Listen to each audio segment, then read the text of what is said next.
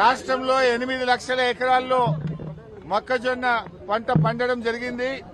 రాష్ట్ర వ్యాప్తంగా ఇప్పటికే మొక్కలన్నీ కూడా మార్కెట్లో వచ్చి రాష్ట్ర ప్రభుత్వం కొనుగోలు కేంద్రాలు ప్రారంభించకపోవడం వల్ల రైతాంగం తీవ్రంగా నష్టపోతా ఉన్నారు.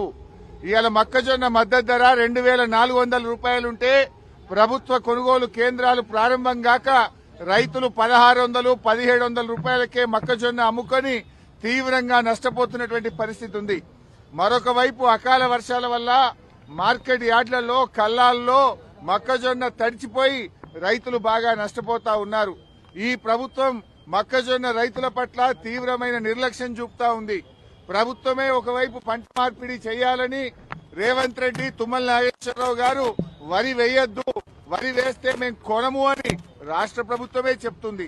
ప్రభుత్వాన్ని నమ్మి 8 లక్షల ఎకరాల్లో మొక్కజొన్న పండిస్తే ఈ ప్రభుత్వం కొనుగోలు కేంద్రాలు ప్రారంభించక రైతులను నట్టేట ముంచుతా ఉన్నారు.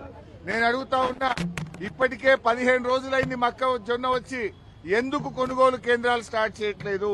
అంటే పంటంతా దళారుల పాలైన తర్వాత దళారుల దగ్గర మొక్కజొన్న కొట్టరా?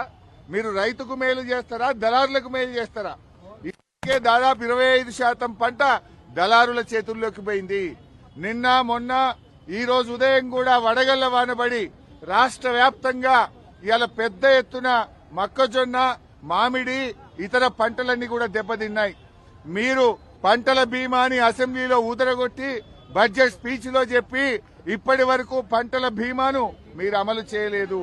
పంటల బీమా అమలు చేయరు, రైతుకు ఇన్పుట్ సబ్సిడీ కూడా ఇవ్వడం లేదు.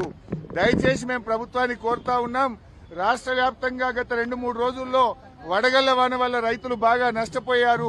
వెంటనే వ్యవసాయ శాఖ అధికారులకు ఆదేశాలు ఇచ్చి ఎన్యూమరేషన్ చేసి ఇన్పుట్ సబ్సిడీ ఇచ్చి రైతాంగాన్ని ఆదుకోవాలని కూడా కోరుతా ఉన్నాం.